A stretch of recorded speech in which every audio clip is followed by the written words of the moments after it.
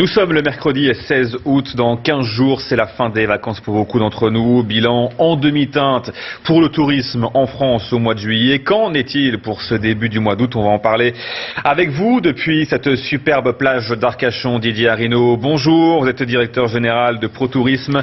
Merci d'avoir accepté l'invitation de CNews ce matin. D'abord Didier, pour commencer, un point météo, c'est hyper important pour ceux qui sont en vacances. Est-ce qu'il fait beau à Arcachon?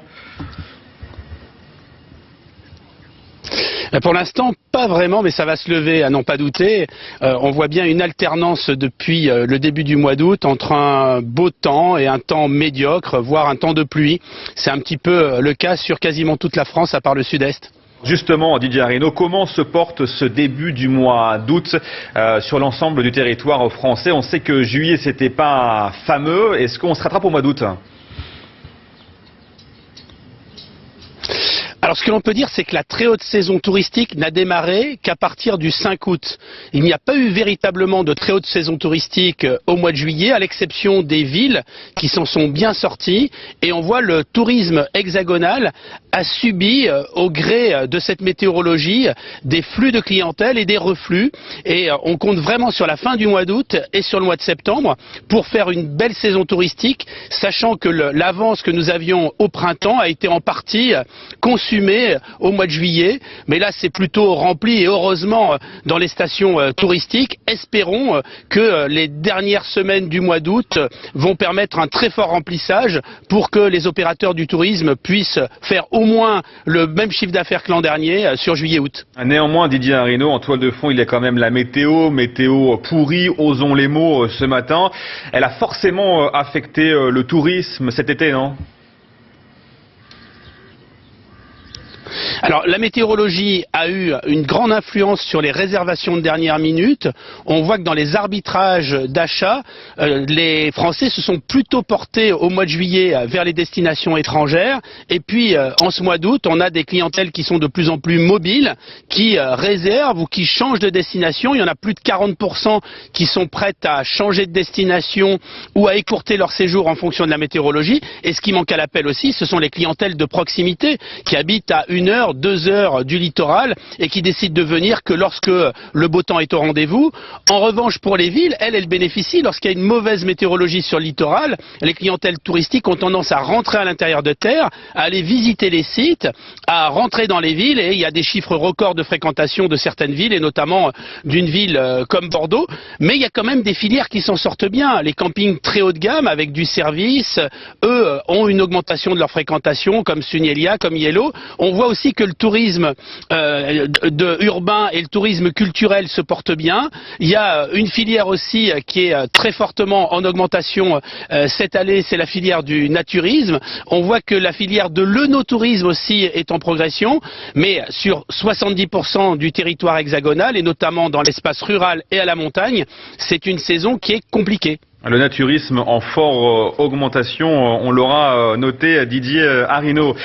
Autre aspect pour qu'on comprenne bien, Didier, ce matin, ça veut dire que on part un peu moins loin, plus longtemps, et à la dernière minute, si on essaie de schématiser un peu le profil type du vacancier.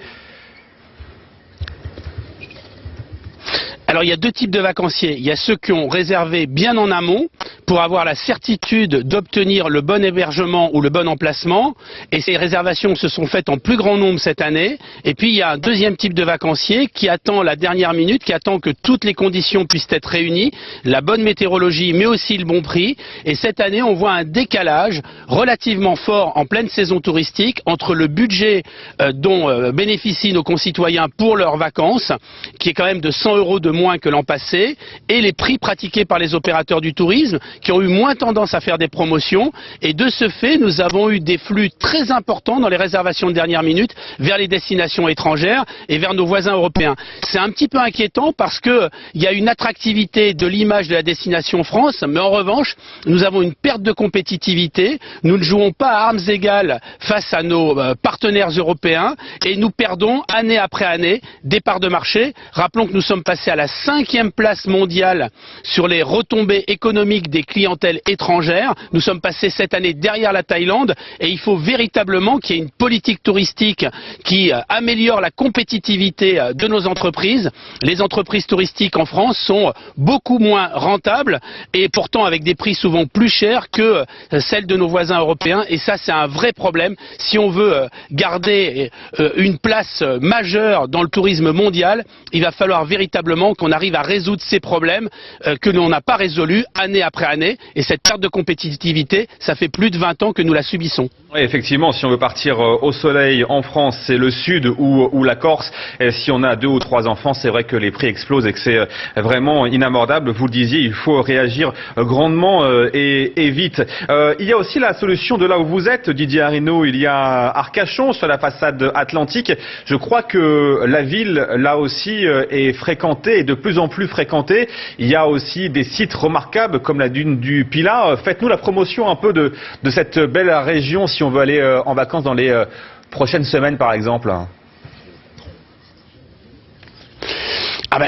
Ça fait partie des grandes destinations touristiques assez exceptionnelles parce que l'environnement est préservé. Il y a quelques destinations emblématiques. Il y a la Corse, d'ailleurs nous avons une destination extraordinaire avec la Corse qui est certainement un des plus beaux endroits au monde avec une grande diversité. Il y a le bassin d'Arcachon, il y a la Bretagne et ce que l'on peut dire c'est que la Bretagne est une destination aussi assez extraordinaire et trop peu fréquentée en été, même s'il y a une très belle fréquentation au printemps. Et ce que l'on peut voir sur le bassin d'Arcachon, c'est ce qu'il y a d'intéressant, c'est que le bassin d'Arcachon ne dépend plus uniquement de juillet-août, avec un étalement de la saison touristique, avec l'avant et l'arrière-saison. D'ailleurs, le succès des destinations touristiques, c'est leur capacité à proposer une offre tout au long de l'année. Et on le voit, c'est le cas aussi pour la Grande Motte, qui a une fréquentation à l'année. C'est le cas aussi pour des destinations qui cherchent à amener un tourisme culturel, un tourisme de contenu, un tourisme de rencontre des populations, et c'est très important. C'est le succès de la destination France ne pourra se faire qu'à partir du moment où il y a ce développement d'un tourisme à l'année et où on est moins dépendant de l'hyper-saison touristique et moins dépendant de la météorologie. Allez, on reste confiant. Merci beaucoup Didier Arrino, directeur général de ProTourisme, d'avoir été avec nous en direct depuis Arcachon. Merci également à Jérôme Rampenou qui se trouve derrière la caméra pour la réalisation de ce duplex. Restez avec nous, à suivre dans quelques